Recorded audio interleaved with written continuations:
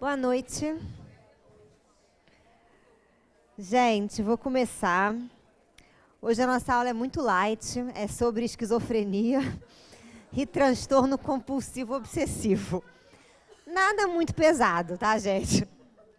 Coisas normais que qualquer um tem, né? Vamos lá. Hoje a gente vai pegar esses temas e aí a gente desenvolve aqui. Depois a gente vai entrar em psicossomática, que é bem legal, só que não. Depois a gente começa com os métodos terapêuticos, que aí vai ser legal. Vamos lá, então deixa eu deixar aqui, porque eu com certeza vou esquecer o que eu tenho que dizer. Tá. Vamos fazer a nossa prece. Ai, gente, estou morta hoje. Tô com dor daqui para baixo. Lá na cadeira a gente quase morre, gente. Hoje eu estou assim, estragada. Mas vamos embora, né, gente? Tem que viver. Tem que ficar com a bunda empinada. Oi? Quem é bom?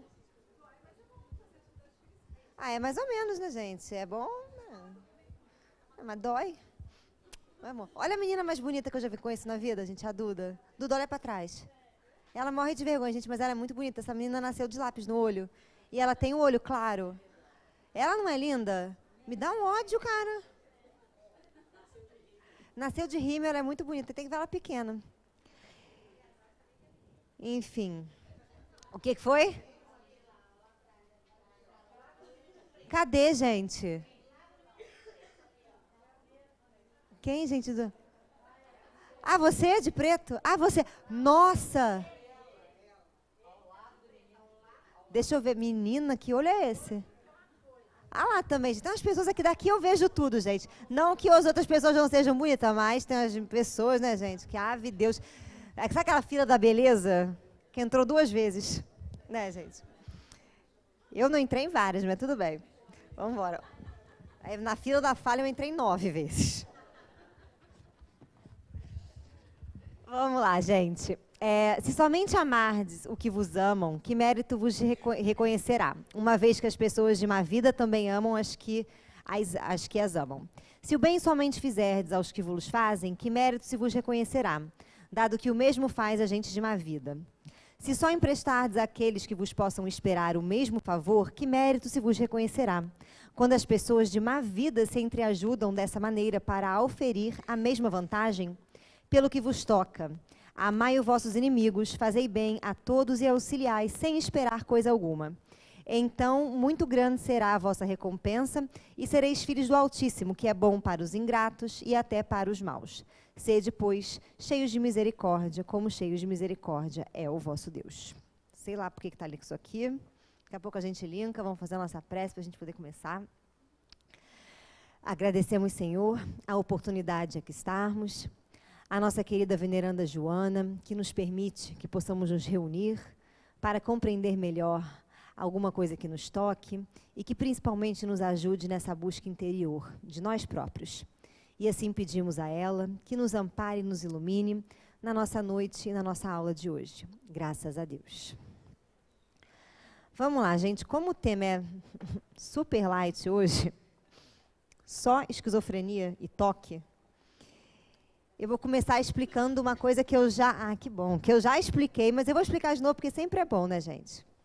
Sempre é bom, ainda mais quando a gente fala de coisa de cabeça, né? Vamos lá. Lembrando rapidamente, que a gente colocou acho que sem ser essa aula outra, o nosso conceito de doença, certo? Qual era o nosso conceito de doença, gente? Oi, querido. Isso, gente, aqui. O Everton, aqui da frente, respondeu. Muito bem. Ele estava assistindo todas as aulas e ele disse para a gente que o conceito de doença é que doença, em verdade, não existe. Para a gente, doença é porque um padrão de normalidade que foi criado pela sociedade, sei lá o quê. A Vanderlei já conhece o Everton, né, Vander? Ela já conhece. O padrão de normalidade, às vezes, não é conseguido por certos indivíduos. Vamos dar um exemplo aqui. Quando o indivíduo acha que tristeza é algo abominável e que não pode existir na vida dele, e a gente vê isso ligando a televisão, né? Você não vê uma coisa triste. Todo mundo tem que ser feliz, os comerciais têm que ser felizes, tudo tem que estar uma maravilha, né? Você entra no Facebook, todo mundo é feliz e lindo, no Instagram todo mundo também é lindo. E aqui, não que vocês tenham que ficar postando tragédia, tá, gente? Não, a gente está fazendo apologia a isso. Mas a gente tem um culto à felicidade muito grande. Quando a pessoa se incomoda com a tristeza na vida dela, porque ela não sabe lidar com aquilo e ela acha que aquilo é errado, ela vai ter depressão. Porque a tristeza fica onde? Na sombra. Eu não posso manifestar. E quando alguma coisa fica na minha sombra, essa coisa me toma e eu tenho que aprender a lidar com ela. Não existe felicidade sem tristeza, não existe luz sem a escuridão, não existe o bem sem o mal sem o bem, não existe, então, os opostos não podem se separar. Foi? Então, a gente tem que aprender a lidar com as coisas tristes. Isso não quer dizer que eu tenho que ter depressão. Então, vamos lá. Hoje a gente vai falar da esquizofrenia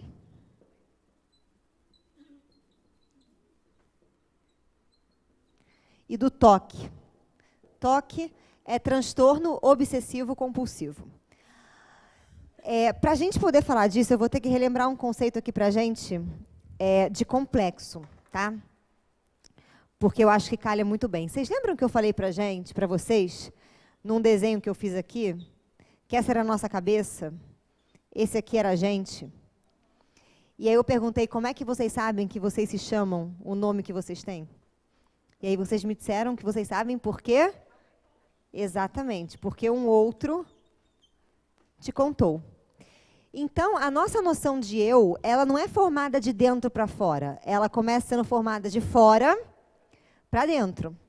E qual é o problema disso? O problema disso é que, muitas das vezes, a gente vai começar a se conhecer pelo que o outro diz. E o que o outro diz tem uma coisinha muito simples chamada realidade psíquica, que eu vou explicar para vocês hoje aqui, que é muito importante que a gente leve em conta para entender qualquer pessoa e qualquer coisa.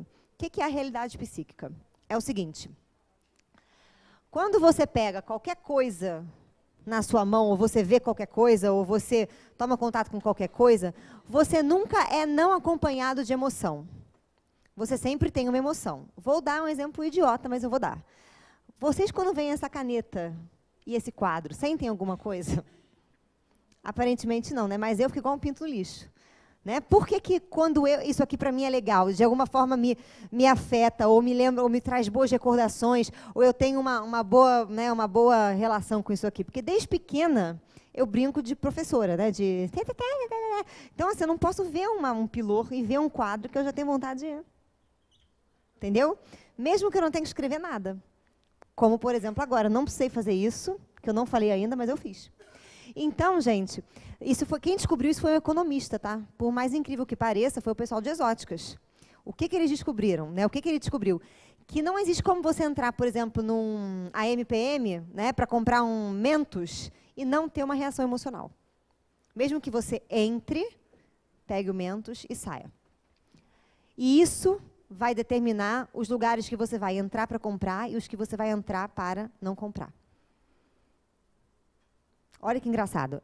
Então, tudo na nossa vida, como é que a gente absorve esse conhecimento? Da seguinte maneira: a gente pega aquele estímulo que está aqui fora, certo?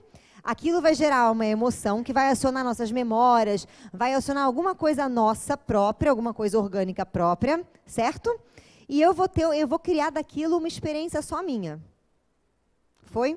E essa experiência só minha é a minha realidade psíquica. Então, por exemplo, quando alguém chega no consultório falando assim para mim: eu tenho uma sogra maldita, eu tenho plena certeza de que é verdade. Eu não conheço a sogra, mas eu tenho certeza que ela é maldita para aquela pessoa. E eu tenho plena certeza também de que ela é um anjo, só que ela não vê. Porque a realidade psíquica dela, de acordo com a vivência que ela tem, faz com que aquela sogra, daquele jeito, seja o quê? Maldita, o cão. Foi, gente? E essa realidade psíquica, ela tem muito a ver com as nossas experiências, com esse outro que eu estou falando para vocês. Porque conforme eu vou me relacionando com mãe, com pai, conforme eu vou absorvendo essas informações que o outro me dá, eu vou criando aqui, através das minhas experiências, o que a gente chamou de complexo. Complexo. O complexo é um conjunto de informações que pode ser informações que estão harmonicamente correlacionadas ou desarmônicas. Eu tenho complexo materno, existe o complexo paterno. Então, por exemplo, a gente brinca falando, a gente tem um professor, né, Jimmy, que é o Valdemar, maravilhoso. Ele tem um consultório lá em São Paulo. E na frente do consultório dele tem uma marcenaria, tem um marceneiro. Só que o marceneiro tem um complexo materno tão maravilhoso, ou seja, a maneira pela qual ele se relacionou com a mãe, né, que ele trabalhou sua autoestima, né, enfim, foi tão maravilhosa que, em vez de ele escrever marcenaria, ele escreve design em madeiras. E ele assina os bancos lá que ele faz, entendeu? Banco normal, mas o dele custa R$300. E pasmem-se, as pessoas compram. Porque ele é design em madeira. Ele não é marceneiro. Então, assim, a relação, às vezes, esse complexo materno, por exemplo, ele é negativo. Cristiane, como é que eu sei que o meu complexo materno é positivo ou negativo? Agora vem a magia. Como é que você sabe? Você entra no seu quarto solitariamente, no seu banheiro, em algum lugar que você esteja só, entendeu? Você pega um pequeno papel e você escreve aquilo que você acha, que a sua mãe acha de você, mas não te fala. Você começa a escrever. Você vai ver que... mas eu não sei se ela acha isso. Não me perguntei se ela acha isso, não. Entendeu? Não me interessa o que ela acha. Eu estou falando do teu complexo. Então, eu quero que você dê voz para ele. Então, vou dar um exemplo aqui de um complexo materno negativo. Uma pessoa que tem um complexo materno negativo, toda vez que ela estiver relacionando-se com alguma coisa aqui no mundo que relacione-se com esse complexo materno negativo, o que esse complexo materno vai fazer? Ele vai fazer isso aqui, ó. Ele vai tomar a pessoa perde a sua vontade, na verdade, a vontade daquilo que ela chama de eu, né? Ela perde a sua capacidade de ser aquilo que ela julga que é ela, e ela é tomada por aquele troço. Vou dar um exemplo. Sabe quando você quer fazer uma coisa muito legal para alguém, mas você tem uma baixa autoestima, só que você não conscientiza isso? E aí, na hora que você vai fazer aquela coisa super legal, você, sei lá, derruba na pessoa, ou fica doente, ou, eu vou para uma viagem maravilhosa. Oi, Rafa! Desculpa, gente, me emocionei. Senta aqui. Lá, gente. Vai beber água? Tá bom. Lá, gente, nosso juiz. Aniversário dele vai ser segunda, né? Dia dos Namorados. Mas tá solteiro, né, Rafa? Lá, gente. Lá, tá solteiro, tá pra jogo, hein? Vamos lá. Voltando aqui. Então, se esse complexo materno aciona a pessoa, ela se auto-boicota. Então, vamos supor que você tem um complexo materno negativo, aonde você diga para a sua mãe, você aí de trás, olá, aonde você acha que a sua mãe, por exemplo, te acha uma pessoa incapaz. De quê? De passar numa prova, porque você era aquela criança que você não gostava de estudar. Por quê? Ou porque você não era de exóticas, isso é um problema, né, gente? Porque todo mundo gosta de exóticas. Exóticas é matemática, química, biologia, física, tá, gente? Exóticas, né? Você era de humanas, e o pessoal de humanas é meio tantã, né? De psicologia também, o pessoal de humanas não bate muito bem da cabeça, né? Ou você era de arte, você era um artista, e você não ia ficar sentado 2 horas aprendendo logaritmo. Não. Você não ia entender. Sabe aquela história? Ache o valor de X. No seu caso, você acha que X deve achar o valor dele próprio. Porque você é de humanas. Então, você não combina com certas coisas, entendeu? E aí você ouve... Oi? Exatamente, olha lá, a criança já sabe que não vai ser de exóticos. Então, o que a gente começa a pensar? A gente vai adquirir dessa nossa informação, por exemplo, que a sua mãe vira para você e fala assim, vamos supor que a sua mãe seja uma engenheira, ou o seu pai seja um engenheiro, ou você tem uma professora que não entende como é que você não entende, e ela solta isso. Menina, você não entende nada, você demora para entender, você é burro, sei lá. Você sofreu isso na 3ª série. Você está aqui com 97 anos, sabe, fazendo qualquer coisa. Você vai implementar você vai fazer uma entrevista de emprego, não com 97 anos, tá? Você escolhe uma outra idade, imagina isso. E aí você chega lá e a pessoa pergunta um negócio para você e você começa com gagueira. Do nada, você começa a gaguejar, você começa a fazer umas coisas meio bobas e você não sabe por quê. E você tinha pleno domínio de alguma coisa. Ou quando você vai para uma prova e você tem branco. Deu branco. Deu sim, deu sim. O que é isso? É esse complexo que toma a gente. Então, qual é o grande lance da psicologia? Esta bagaça vai parar de tomar você? Never, amor. Nunca. Entendeu? Jamais. Ah, que legal, estou me sentindo tão bem. Eu também me senti muito super bem quando eu descobri isso. Entendeu? Eu descobri que a gente está na mão do palhaço. Mas qual é o grande lance do autoconhecimento? É você conseguir perceber que esta bagaça te tomou e aqui dentro dessa energia você ganhar uma autoconsciência. Você conseguir fazer o que a gente chama de diferenciação. É diferenciar-se, tá? Do quê? Dessa voz, desse troço que te toma. Beleza? Só que isso tem que ser um processo harmônico, consciente, terapêutico, porque senão, o que é que acontece? Se você tem medo de ser tomado por algum complexo, você vai se fixar no seu complexo de eu, tá? Que por acaso é esse bonequinho que eu desenhei. Você vai se fixar nesse teu complexo de eu e você vai passar a vida inteira lutando herculeamente para manter para você e para os outros aquilo que você pensa que você é.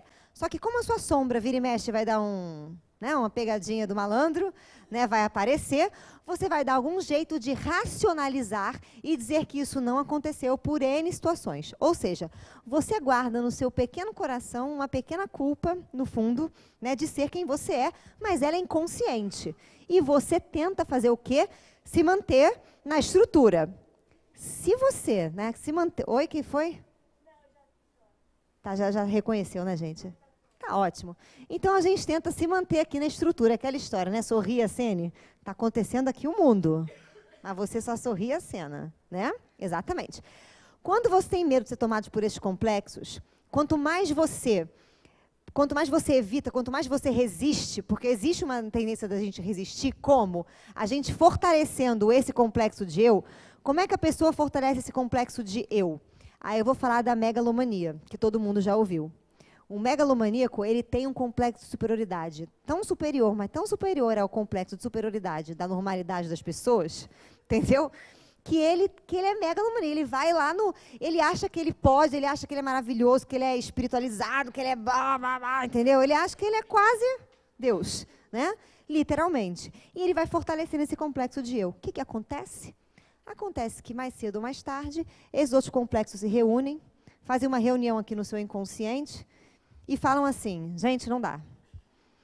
Nós temos vida, nós estamos aqui no mundo dos mortos, não ficaremos aqui, vamos fazer uma pequena revolução. E aí todos concordam, todos pegam suas armas, e aí, meu bem, essas coisas, como você não deixa tomar você, viram vozes na sua cabeça. Prazer, você é esquizofrênico. Achei que você fosse falar assim, sou esquizofrênica, mas não, entendeu?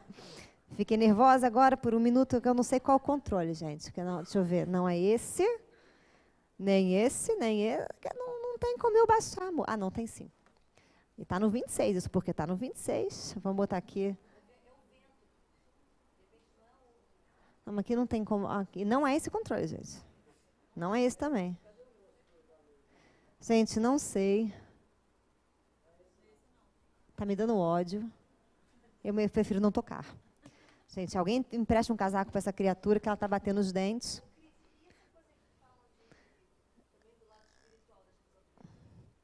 Ah, não me pergunta isso, não. Não me pergunta, não, filha. Porque vai dar um chabu.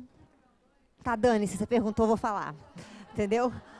Hoje eu tô maléfica, hoje eu vou falar, porque hoje eu treinei perna e eu tô com dor na perna. Então eu vou falar. Entendeu? Vamos embora. O que acontece, gente? Vamos entender um pouquinho da mediunidade, tá? Olha só.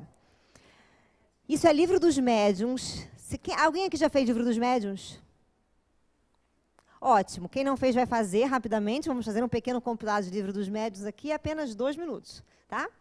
O que o livro dos médiuns diz pra gente? Qualquer ser espiritual, se quiser se comunicar com você, tem que se comunicar através do seu perispírito. Ah, o que é isso? É de comer e de passar no cabelo, né? Seu perispírito, querida, para os espíritas, é o seu corpo espiritual. O que é o seu corpo espiritual? Se eu cair dura aqui, vai sair aqui outra Cristiane desse corpo, sabe? Ghost, sabe? Oh, my love, sai correndo, né? Faz negócio aqui da argila, corre, a pessoa morreu. Então, ghost, entendeu? No cara do ghost é o perispírito. Só que, para a gente, O perispírito aqui, psicologicamente falando, vamos focar, é o seu inconsciente pessoal. Aonde estão gravados os seus queridos complexos. Então, vamos lá. Se eu sou um espírito e eu quero... E tudo que você aprende, gente, fica gravado como complexo, bom e ruim, tá? Complexo não é só que a pessoa surtadinha, não. Complexo significa um conjunto de informações organizadas. Como um condomínio é um complexo residencial. Isso não significa que é, né, uma coisa louca. É uma coisa organizada. Foi? Então, vamos lá. Se eu quero me comunicar com você, tá? Eu, espírito, quero me comunicar com você, eu só posso me comunicar com você se alguma coisa aqui no seu perispírito me ressoar. Ou seja, vou dar um exemplo aqui, eu vou falar do seu exemplo, tá, filha? Você que tá, é você mesmo, Marilene. É. Vou contar o exemplo dela, gente, porque aqui a gente é uma família, eu posso, né, divulgar aqui só apenas para o Brasil. Vamos lá, né? Nossa, estávamos tendo uma aula aqui, onde estávamos falando do complexo paterno, que é a questão da nossa pessoa. Por quê? Porque tanto eu quanto Marilene, nós temos um amor pelo nosso pai que é transcendental. Entendeu? Meu pai, uma vez eu falei para ele, pai, se eu amasse Deus como eu te amo, eu estaria iluminada. Aí eu percebi que eu tinha um problema. Eu falei, nossa, acho que eu tenho um problema. Porque realmente meu pai não é Deus, né? Mas ele é fofinho, mas ele não é Deus. Né? E eu não posso amá-lo desse jeito. Foi quando a gente começa a humanizar. Mas o complexo está ali. Então, provavelmente, muitas coisas nos meus relacionamentos vão estar pautadas por o meu complexo. Se eu não olhar para o meu complexo paterno e trabalhar ele, eu não namoro com ninguém. Porque ninguém é igual ao meu pai. É o nosso ânimo, tá, gente? Aí, eu não amo meu pai, não, mas você tem um ânimo maldito aí, tá? Com certeza, idealizado, todas as mulheres têm. Então, não adianta fazer essa cara assim, que horror, né? Incesto, qualquer coisa assim, né? Heresias, não, tá? Todo mundo tem, mas vamos lá. Então, o que acontece? Estávamos aqui na aula, papeando, proseando sobre isso. Daqui a pouco está essa criatura sentada bem onde ele está, com essa cara linda, maravilhosa, com uma roupa de onça linda, uma deusa, uma louca, uma feiticeira, maravilhosa, entendeu? E eu aqui falando, e a questão era sobre uma questão do pai. E eu não sabia que ela estava já há um tempo, né, algumas semanas, falando do pai dela, pensando no pai dela, e com um dilema que ela tinha que resolver. Daqui a pouco brota o pai dela aqui, que já desencarnou, simplesmente no meio da aula. Imagina essa situação, né, gente? Imagina se você visse isso, que terror, né? Daqui a pouco sai brota aqui um ser, né? Mas não foi, porque a médium fica acostumado com isso. Brota a criatura aqui, e eu vejo aquele troço, e vejo só a Marilene e ele, a Marilene e ele, e eu estou dando aula, a Cris percebeu, aconteceu alguma coisa, porque eu comecei a falar as aleatoriedades aqui, entendeu? Então, quem gosta de mim não percebeu, mas quem me conhece percebeu, porque quem não gosta não está aqui, né? E eu começando a falar umas aleatoriedades, e olhando para cá, ele virou e falou assim para ela, fala para ela, e mandou um recado, que eu não vou dizer porque é pessoal e intransferível, tá? Gente, não pode, que é fofoca espiritual, né? Tá? Então, vou dizer o que ele falou. Ele falou assim, manda ela arrumar um namorado. Estou mandando ela arrumar um namorado. Mentira, não foi isso que ele falou, mas é para a gente fingir que ele falou alguma coisa assim. Mas ele mandou um recado aqui, pá. E na hora que ele mandou, eu lembrei do meu, lógico, né? Na hora vem acessando, na hora que eu parei, que eu voltei para o eixo, que eu só consegui falar, depois da minha aleatoriedade, né? Eu parei de falar, fiquei meio em transe, porque está aquele senhor aqui, e eu nunca tinha visto o pai dessa criatura na minha vida, não sei quem é. E aí, né, já falei para ele que se ele quiser vir em qualquer momento para ele não vir na aula, e para ele buscar Iraci. Tira o foco, falei, vai buscar Iraci, vai encostar na Iraci, entendeu? Porque a Iraci, ela toda ligada nessa coisa, entendeu? Eu ainda não, sou muito nova para isso. E aí ele veio, falou um negócio para ela, e eu fiquei completamente atordoada e falei, Marilene, tem um recado para você. Isso está gravado, isso está no YouTube, tá, gente? Isso está no YouTube. Enfim, e eu voltei para a aula. Só que o recado que ele deu para ela não foi só para mim, não foi para ela, tocou aqui, ó, tem. Mas se eu não tivesse essa questão paterna, eu nunca teria visto. Entenderam? Então, todo mundo, como assim não? Ele não ia poder falar para você, por exemplo, se você não tem esse troço paterno, ele ia ficar do seu lado. Se um espírito suicida chega do meu lado e quer que eu me mate, e eu não tenho nenhum complexo aqui que me incida ao suicídio, ele pode ficar 2 anos do meu lado querendo que eu me mate, que eu não vou matar. Entendeu agora? Então, bom.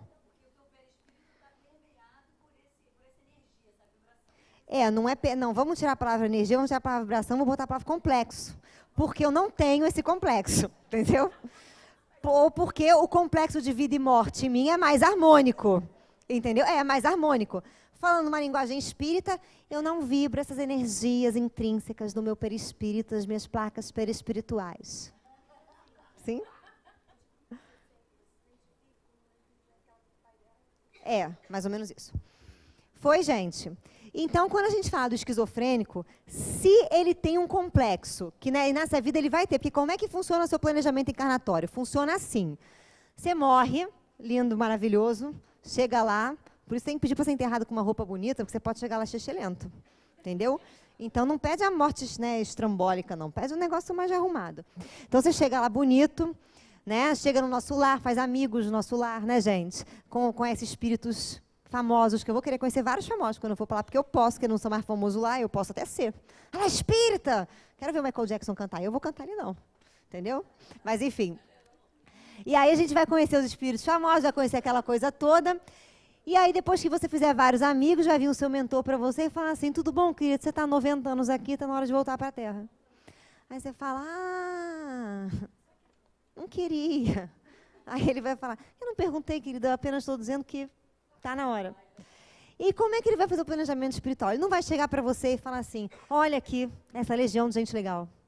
Vai lá, escolhe quem você quer. Não é assim, não, tá? Ele vai olhar a minha psique, vai ver como é que estão organizados os meus complexos, quais são as minhas necessidades psicológicas de transitar por determinadas situações. E as pessoas que podem me estimular a esses complexos se manifestarem para eu tomar consciência, são escolhidas para encarnarem comigo. Então, por mais que eu ame meu pai na outra vida... Aliás, eu vou contar um negócio para vocês. Na minha outra vida, como é que eu sei disso? Porque quando eu tinha 3 anos de idade, eu mal falava, eu sentava no colo do meu pai, pegava o rosto dele assim, beijava na boca dele e falava assim, Rabiel, promete que eu vou ser para sempre a sua esposa. Que medo. Que medo. Você imagina minha mãe vendo isso. Ai, bate nessa criança. Né? E era uma coisa, tanto que quando meu pai comprou um barco anos atrás, o nome foi Rabiel, porque eu falava que ele era o Rabiel e eu era a Rabiel. Então a ligação é um pouco bizarra. Né? Um pouco, né? Que até acordou, né, gente? Oh, meu Deus, que bizarro. Né? Deu até um negócio, né? Foi um rebuliço. Mas, enfim, super te entendo. Então, o que aconteceu? Nessa vida não dava para ele ser o meu marido, né, gente? Não dava para ele ser meu marido, porque eu não ia fazer nada, ia ficar em casa o dia inteiro fazendo o quê? Não sei, né? Mas, enfim, ia ficar o dia inteiro esperando ele, fazendo comida, ia ficar uma coisa louca. Então, vem como pai. Por quê? Porque aciona certas coisas que fazem eu me trabalhar na área do relacionamento. Sei lá o que eu fiz com esse homem na outra vida, que não deve ter sido coisa boa. Então, assim, aí vem ele trabalhando como pai, ou se não puder ser ele, porque ele já, vamos supor que meu pai tem evoluído, virou lá um Jesus Cristo, vem outro parecido. Vem outro que o complexo, lá bateu, vai esse mesmo. Então, não tem muito a pessoa, entendeu? É mais o filho interior. Sacou? Então, é assim que vai formar a sua encarnação. Se você tem um complexo que foi formado só nessa vida, né? Não só nessa vida, porque o teu complexo não é formado apenas nessa vida. Ele vai linkar com o que você tem de experiências maternais de outras existências e mais o que você tira daqui, tá? Se nessa existência, por exemplo, o esquizofrênico, né, acionar um complexo de culpa e tiver realmente cometido, por exemplo, um homicídio na outra existência, se o espírito que está desencarnado acha ele e começa a querer fazer uma pequena comunicação, uma pequena mensagem para ele de ódio, ele faz, né? E aí ele é tomado por essa coisa, aí você fala, mas é o espírito que está tomando ele ou é o complexo? Amigo, é tudo junto e misturado. Tanto que tem, acho que não sei se não tem uma palestra não, tem uma orientação do Divaldo e na mesa mediúnica aqui da casa, que ele falou, 80% é o médium, 20% é o espírito. Vou contar um caso para vocês entenderem aqui. Deu até uma certa aflição. Estávamos uma vez aqui, eu e o amigo Frank, dando uma pequena aula, quando de repente uma pequena pessoa incorpora um troço no banheiro.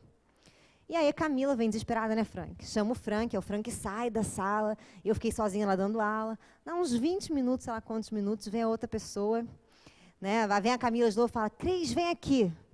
Aí eu perguntei, para quem dará aula? Joana? Né? Quem dará aula? Né? Aí volta o Frank, sai a Cristiane. E aí o que aconteceu? Tem uma mulher incorporada no banheiro há 25 minutos, não sei que horas. E aí, quando eu cheguei no banheiro, a situação era essa.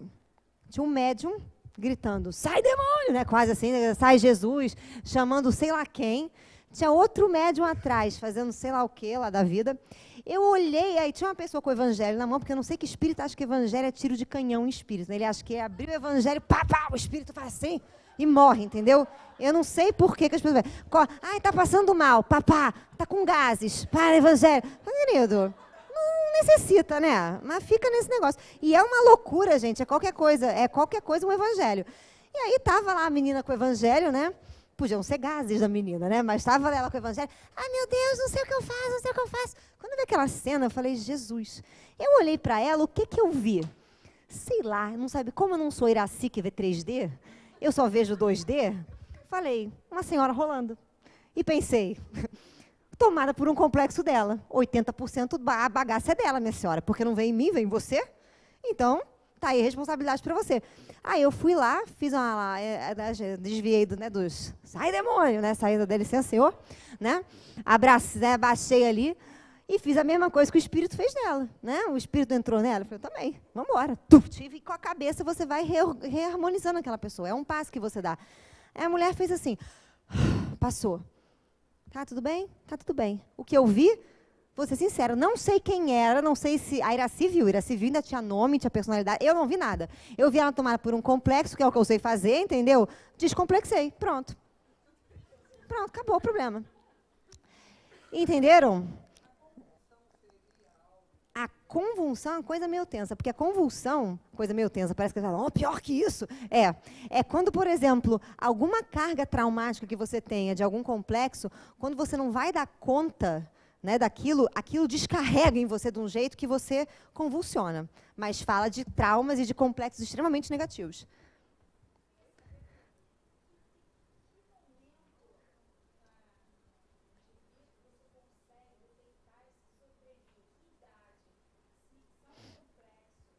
Então, que idade você consegue, né, que momento você consegue detectar a esquizofrenia, em que idade?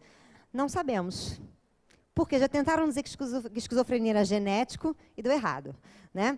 Já tentaram dizer que esquizofrenia, se até os 8 anos você não manifestar, você não manifesta mais nada, e deu errado. Então, assim, como é que você detecta que uma criatura esquizofrênica quando ela está fazendo coisa de esquizofrênico?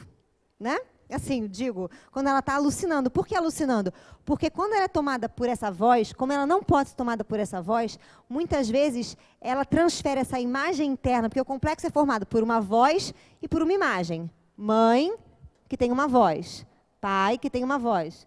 O obsessor da vida passada, que é o Shruvels, que é a sombra, que tem uma voz. Quando ele começa a alucinar, quando ele começa a ver, ou quando ele começa a ter, por exemplo, porque eu não posso dizer para você, porque a primeiro começa com umas sensações de perseguição. Quem que persegue ele, gente? O complexo. E aí ele começa com perseguição, com perseguição. Se aquilo começa a fazer um mal muito grande, o indivíduo tem a culpa muito grande, vai ter uma hora que ele vai alucinar.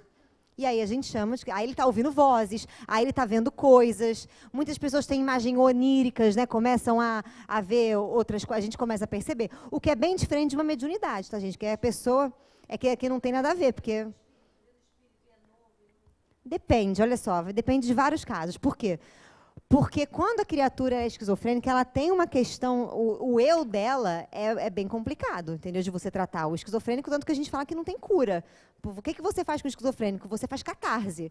É Nísida Silveira fazendo desenho com aquelas pessoas para poder reorganizar o inconsciente. Porque você não tem cura. Agora, quando a criatura vê espírito, ela está vendo entidades. Aquilo está acionando em coisas dela, provavelmente, que a gente não sabe o que são.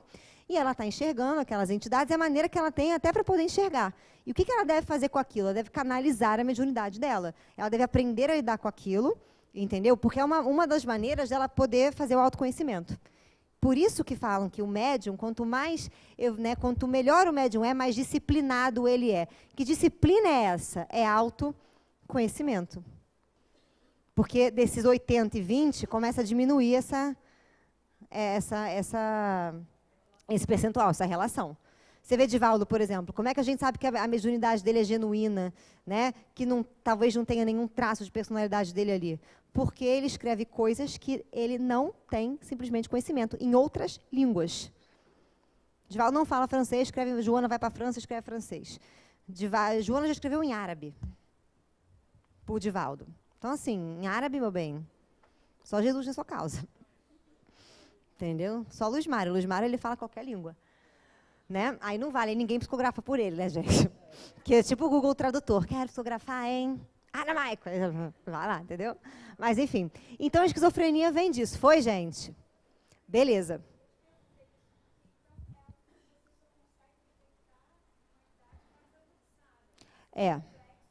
Você não tem criança esquizofrênica. Você não tem criança esquizofrênica.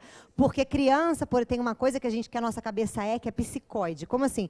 A gente tem a capacidade de... A criança que tem um amigo imaginário, por exemplo, ela pode estar vendo um espírito que está ali acompanhando ela, ou ela pode estar vendo um amigo imaginário, porque existe amigo imaginário. Não quer dizer que é criança esquizofrênica, tá, gente? Você vai perceber que quando o esquizofrênico, na verdade, ele começa a dar sinais de esquizofrenia muito antes. Você começa a perceber que é uma pessoa difícil de lidar, uma pessoa... E não é difícil no sentido assim, é tímida, é retraída, não. É difícil assim, ela parece sabonete, ela parece perversa. Como assim perverso? Perverso, quem já viu aqui Seven, Sete Pecados Capitais?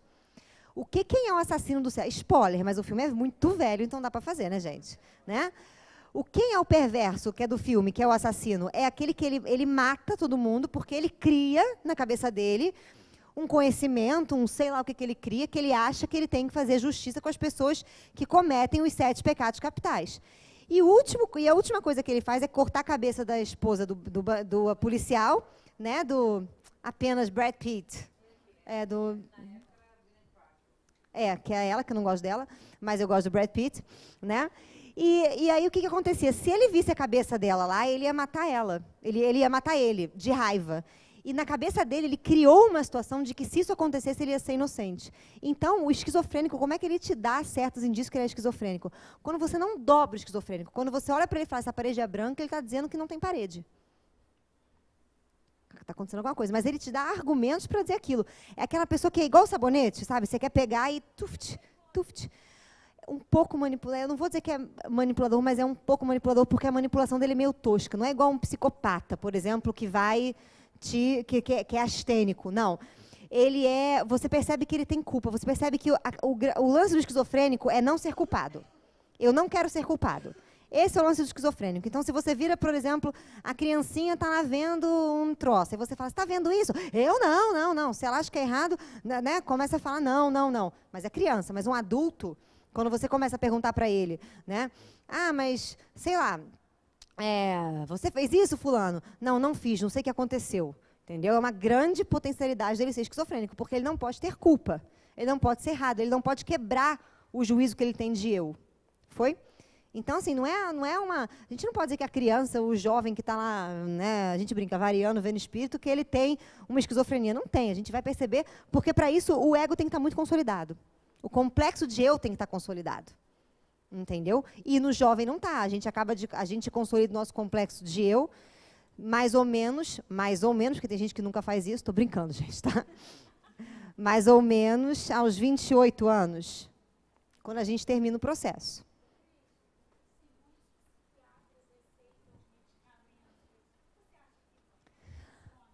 Porque o medicamento, o que acontece? Quando você tem esquizofrenia, o seu cérebro ele tem um quimismo totalmente diferente.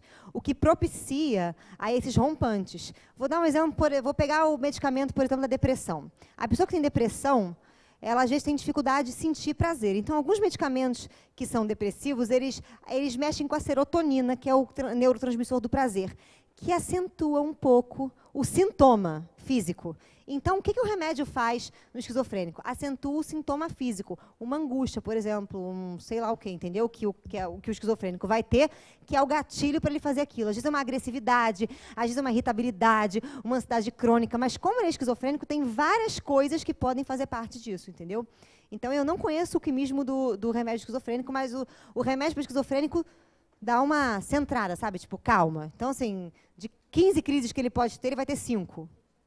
Para a gente já está ótimo. Entendeu? Mas a tendência é as pessoas tentarem fazer ele ficar anestesiado, né? E isso não cura, isso piora. Porque quanto mais você impede isso aqui de falar, mais isso aqui vai querer falar.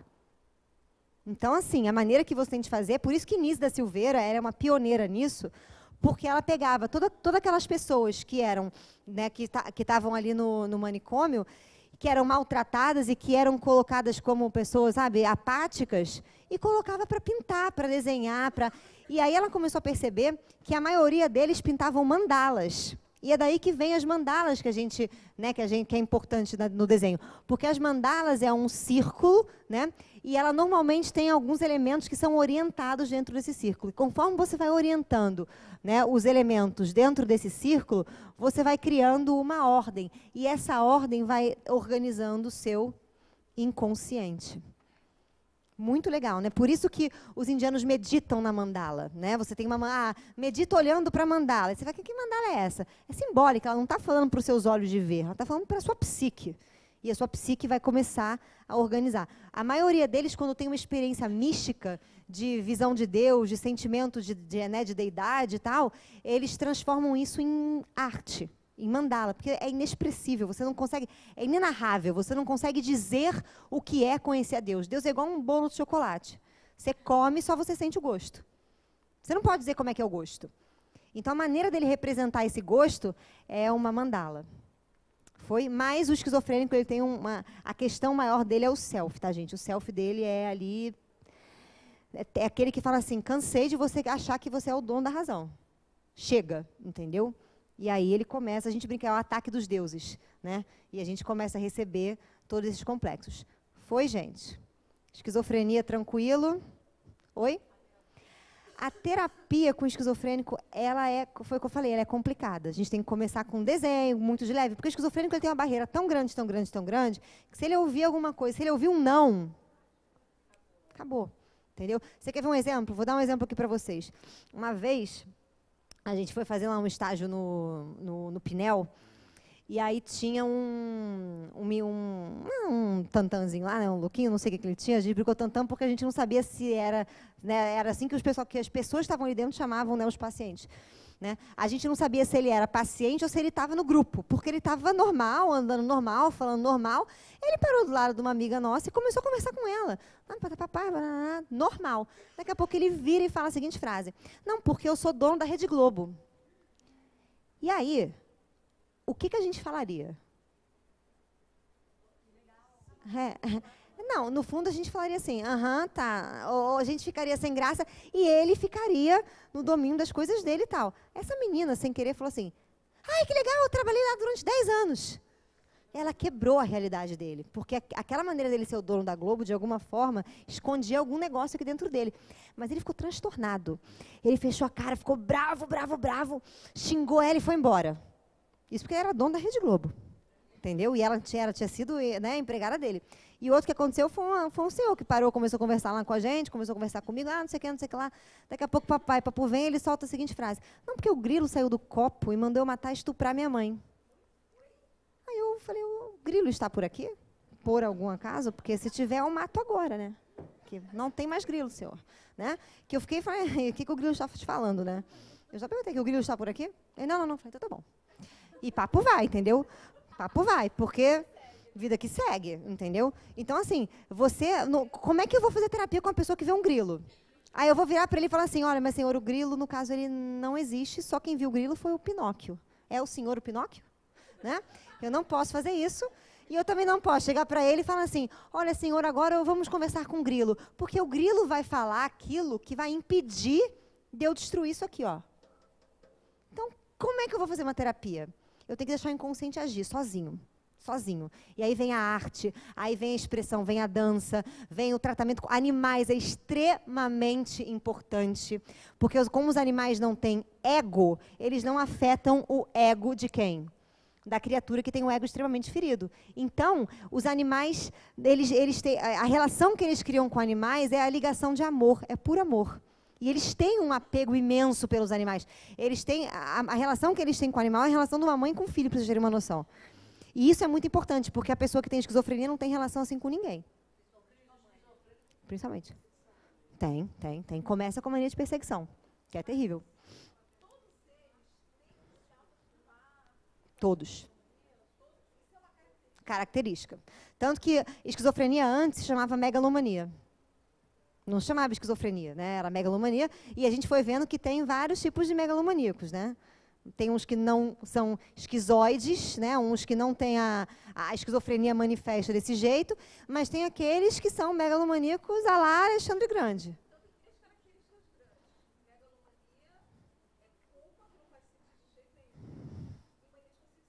Sim. Exato.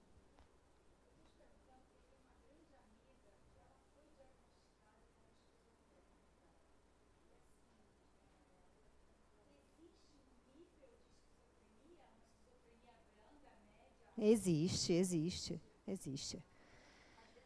Mas às vezes, mas por que eu estou falando? Por que é complicado a gente falar de diagnóstico? Por que eu comecei com vocês aqui? Qual é o nosso conceito de doença? Porque, cara, eu conheço gente, por exemplo, que foi diagnosticada como bipolar.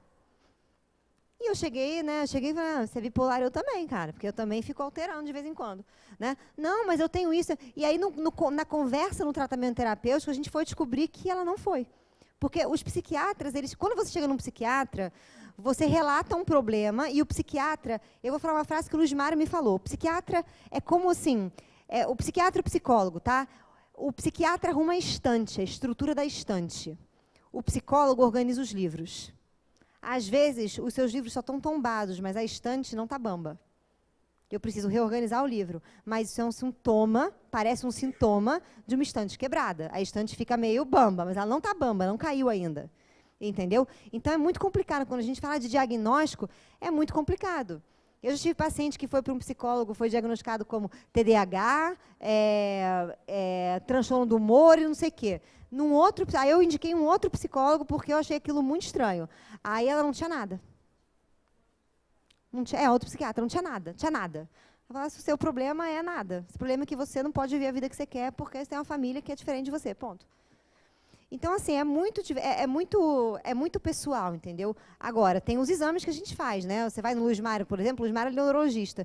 Então, ele pede exame para você até na sua unha do pé. E ele vê como é que funciona o seu cérebro e, por aí, ele sabe que quimismo que você tem. O que ajuda muito a ele estabilizar, né, com as medicações, aquilo que você está passando. Mas o diagnóstico, às vezes, é meio irrelevante, entendeu? Eu conheço muita gente que se esconde atrás de diagnóstico. Ah, mas eu sou TDAH. TDAH e não faz nada, entendeu? Ai, não consigo, ai, não posso. Ela está num nível de conforto maravilhoso, entendeu? Ela tem uma desculpa. Tem gente que, eu não faço isso porque, sei lá, eu tenho síndrome do pânico. Já passou um tempo, ela teve transtorno de ansiedade, ela não teve síndrome do pânico, mas foi diagnosticada como transtorno de ansiedade, porque transtorno de ansiedade e síndrome do pânico é muito parecido. E tem psiquiatra que gosta de você ali, lógico. É como tem psicólogos também que não são nada legais, que querem você ali o tempo inteiro. Então, é muito relativo, entendeu? Vou passar para o toque, posso? Respira. Pois é, vou passar para o toque rapidamente. Aqui faltam 5 minutos para mim. Né? Na outra aula eu vou falar de psicossomática. O quê?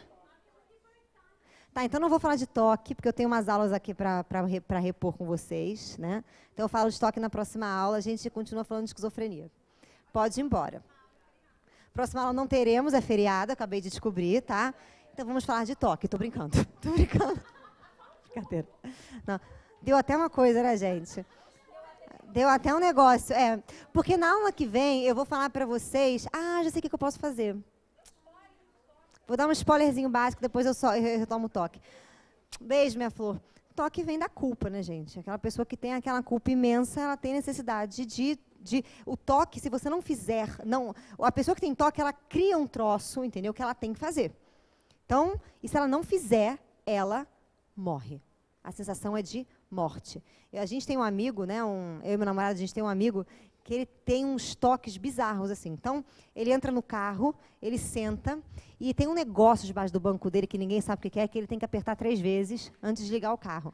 E uma vez ele foi emprestar o carro, não sei para quem, ele virou para a pessoa e falou assim, olha, você entra no meu carro, mas quando você entrar no carro, você abaixa no banco, tem um negocinho assim, você aperta 3 vezes, porque o carro só funciona se você fizer isso.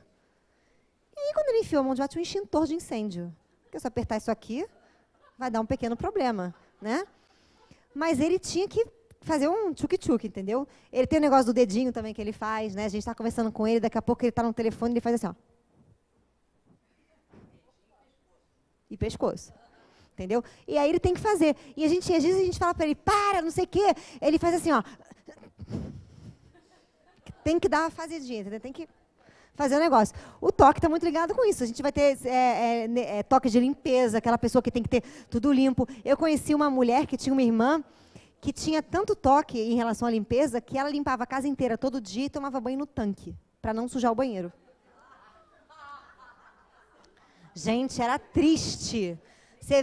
Ela era pequenininha, ela entrava dentro do tanque, velhinha já, 90 e poucos anos, entrava dentro do tanque, se lavava na água fria para não sujar o banheiro. Pois é, a gente vai vendo... Você não tem toque, Duda?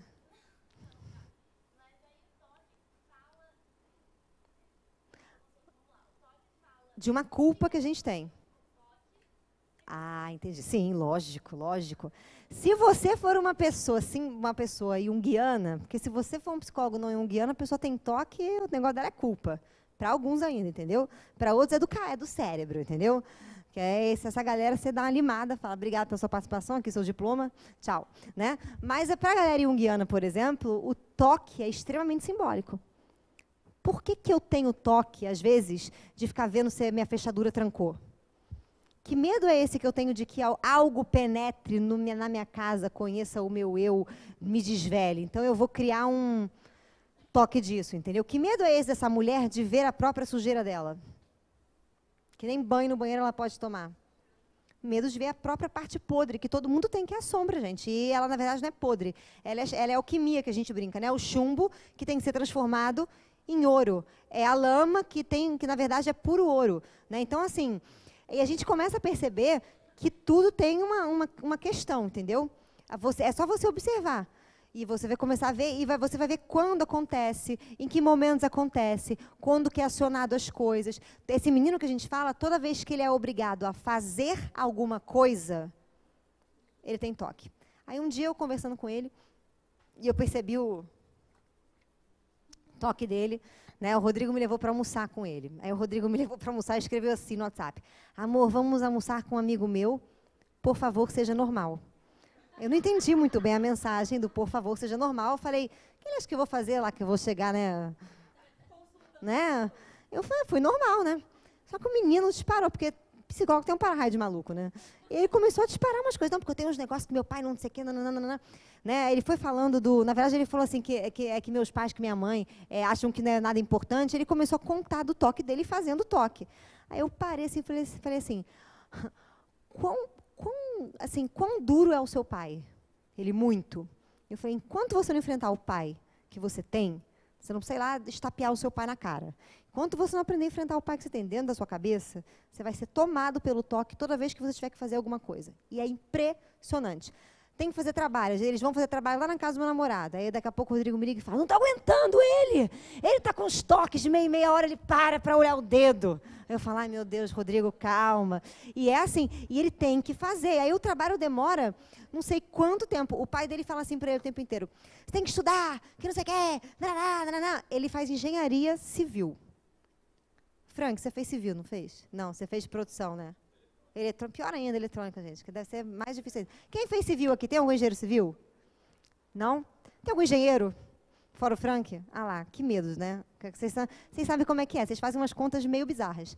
E umas contas que têm que ser feitas pelo computador, porque nem Jesus, com toda a sua espiritualidade, faria aquela conta na mão. Mas esse indivíduo do toque tem que fazer na mão. Aí ele pegou um trabalho, que era acho que de materiais, sei lá, um trabalho de Shrevel, sei lá. E o trabalho do meu namorado tinha 2 páginas no computador. O dele tinha 8, grampeadas. Ele fez todas as contas na mão. O professor olhou e falou assim, cara, você sabe que existe uma coisinha chamada computador? Aí ele falou, sei. E entregou. Aí o professor corrigiu, achou um erro na conta dele, devolveu para ele e falou, agora faz no computador. Ele fez na mão. De novo, ele apagou tudo, ele apagou as 8 folhas e na mesma folha foi fazendo.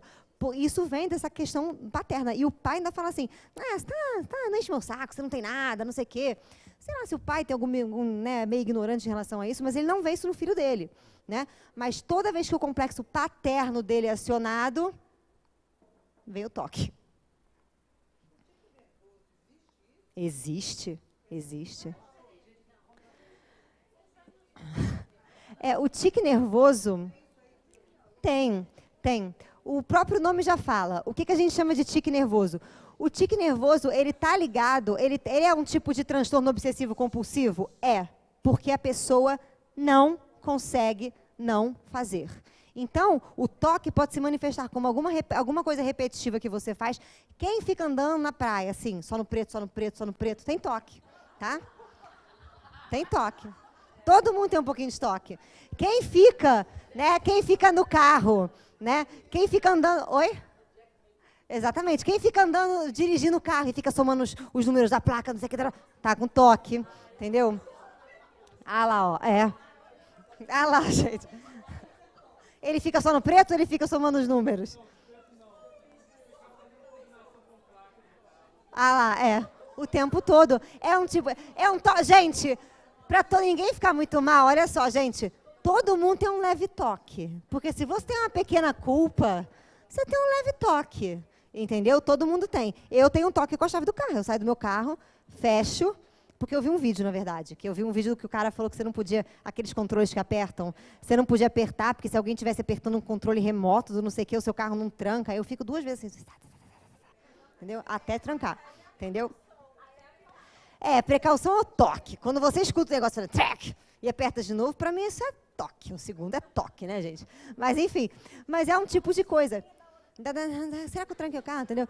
Mas todo mundo tem um leve tipo de toque. Sabe quando você chega em casa, por exemplo, e tem que botar a bolsa na mesa, o sapato não sei aonde, e tudo tem que estar muito arrumado, porque senão você fica... É um toque. Espera aí. É toque, dona Valdirene, é toque. Quando é um tique nervoso, dá para a gente trabalhar. Aí eu vou falar uma coisa muito legal que a gente pode trabalhar com tique nervoso, que é a hipnoterapia.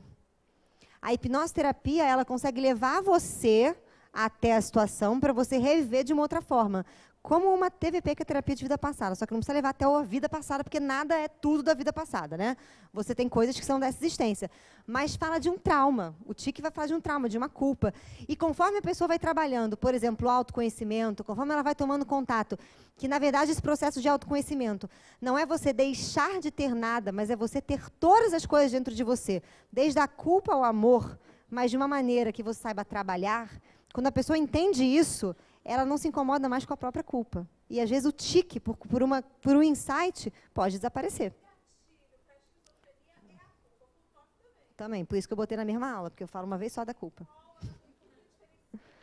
Porque, o toque, ele é diferente. Ele é uma coisa que eu preciso fazer para me aliviar de uma culpa que eu tenho. É como não uma autopunição, é mais ou menos isso. É uma catarse da culpa. O esquizofrênico, ele não pode ter culpa.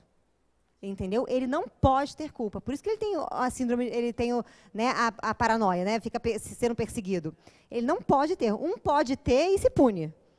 Outro não pode ter e acho que fica esquizofrênico. Alguém levantou a mão.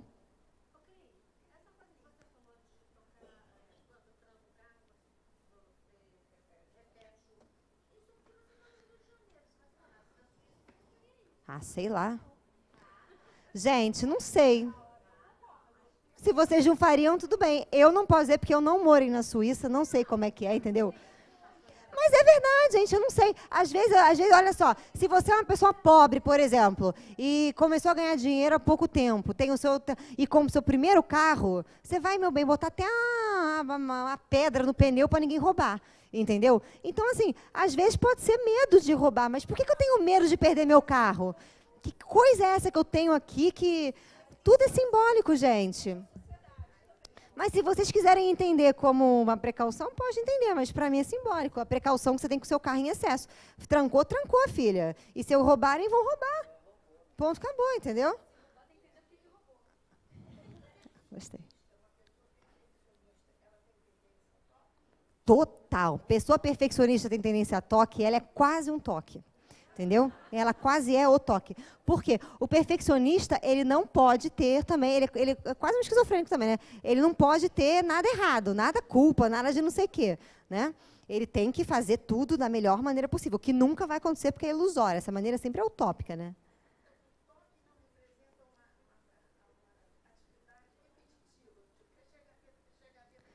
Nem sempre.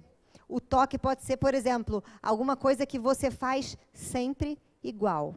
Então, vou dar um exemplo para você de um toque que eu desenvolvi, depois eu tive que não desenvolver mais, foi muito tenso. Quando eu estava no terceiro, não sei lá, que série que eu estava aí, eu comecei a... Eu era muito nerdzinha quando eu era mais nova, porque eu aprendi a decorar o caderno. Então, eu decorava aquela porcaria inteira e escrevia igual na prova. Eu tirava 10, que foi o professor que escreveu aquele negócio, né? Agora, quando eu tive que começar a entender alguns negócios, a coisa começou a complicar um pouco, porque, né, gente? Falta a par do exótico, falta a par do QI. E aí, o que aconteceu? Eu tinha um toque de uma camisa minha. Eu botava essa camisa, o dever de casa, que eu esqueci um dever de casa.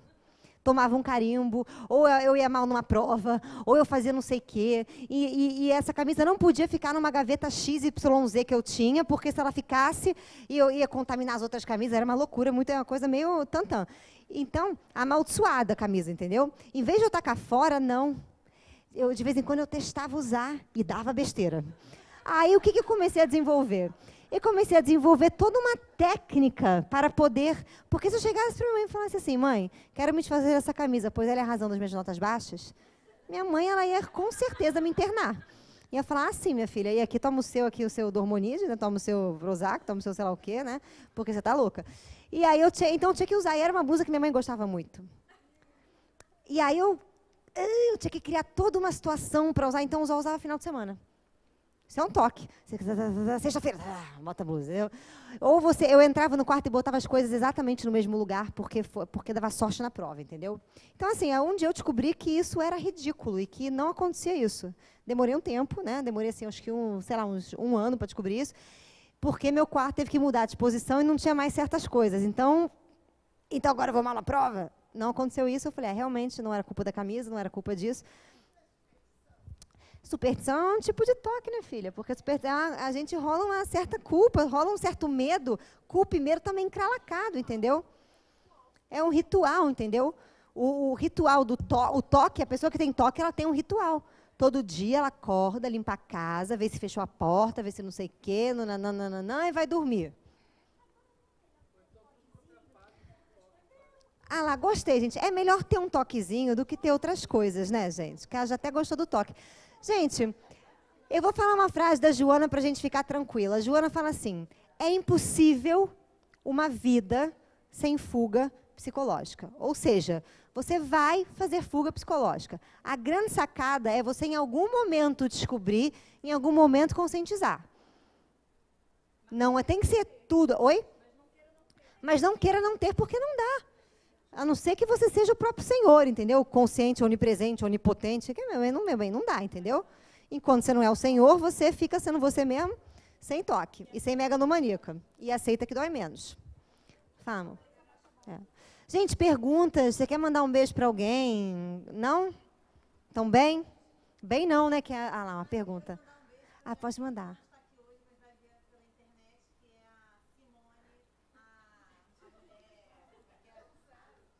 Adoro, gente. Ai, Simone! Iron Woman, te amamos. Você devia estar aqui, mas eu sei que você está com dores. Eu sei que ela foi comer uma pizza com a Mames, mas você pode, porque você é magra. Simone pode, gente. A Simone magra, ela corre. Imagina uma pessoa que faz Iron Man, que ele é muito louco, cara. Quando ela me contou, eu vou correr. Aí mas o quanto que você corre? É tipo ir daqui a Búzios correndo. Falei, querida, eu não vou até o posto 8. Que eu vou até Búzios? Que eu vou morrer, né? Mas ela foi, gente. Ela é linda demais. Gente, foi. Mais beijos, mais recados. Quer avisar o seu marido que está chegando? Né? Não? Então tá bom. Então vamos fazer a nossa prece para a gente ir para casa com os nossos toques, entendeu? Que é melhor assim. Não é? Eu gostei da sua... Tem toque e aceita que dói menos. Eu tenho certeza que, né, que a galera tinha um toquezinho, entendeu? A galera evoluída tinha um toquezinho. Tinha que ter, gente. Todo louco tem que ter um toque, né? O gênio também. Não sei. Tá vendo? Oi? O Luiz Mário tem um toque. O Luiz Mário só pode ter iPhone. ao toque dele. Só toca no iPhone. Tô brincando, gente. Não sei se o Osmar tem um toque, tá? Mas, enfim, vamos fazer a prece. Agradecemos, Senhor, a oportunidade da vida e de podermos com ela aprender sobre nós próprios. Pedimos que possamos ter sempre os olhos de ver, os ouvidos de ouvir e o coração de vir a ser, acalentando a cada questão nossa, a cada culpa, a cada medo, a cada ansiedade, sem nos culparmos, sem nos punirmos, mas com amor para aprendermos sobre nós. E assim pedimos que Joana nos oriente nessa nossa jornada de autoencontro. Graças a Deus. Gente, obrigada. Até quinta que vem é feriado, gente. É dia de namorar. Então, até a outra quinta.